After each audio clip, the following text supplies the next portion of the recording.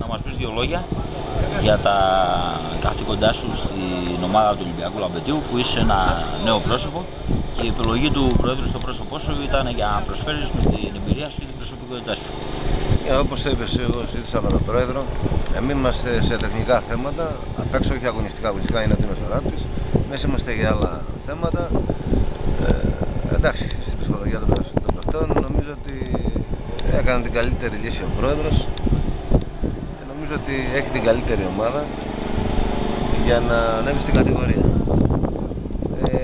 Εντάξει, είναι 5-6 ομάδες θα πούμε που θα παλέψουν για να μπουν στα μπαράζ. Το θέμα είναι ότι και η Βάρδα προχτές έφερε ισοπαλία, οπότε είναι μέσα στο παιχνίδι όλες οι ομάδες, γιατί θα παίξουν για μεταξύ τους. Εγώ νομίζω ότι σαν μονάδα στο Λαμπέτη έχει τους καλύτερους, γιατί τους έχω παρακολουθήσει και 2-3 παιχνίδια, αλλά από το κέντρο και μπροστά είναι φάση είναι γκολ. Τώρα έκανε και κάποιες άλλες μεταγραφές, πιστεύω θα βοηθήσουν τα παιδιά. Νομίζω ότι θα έχει και αυτό τον πρωταγωνιστικό ρόλο το Λαμπέτη. Υπάρχει την Κυριακή ένα πολύ μεγάλο παιχνίδι από τα σημαντικότερα ντέρμπι της χρονιάς σε ό,τι αφορά το πρωτάθλημα της Α κατηγορίας και το τοπικό ποδόσφαιρο, όπου ο Ολυμπιακός Λαμπετίου θα υποδεχτεί το Πανόπου.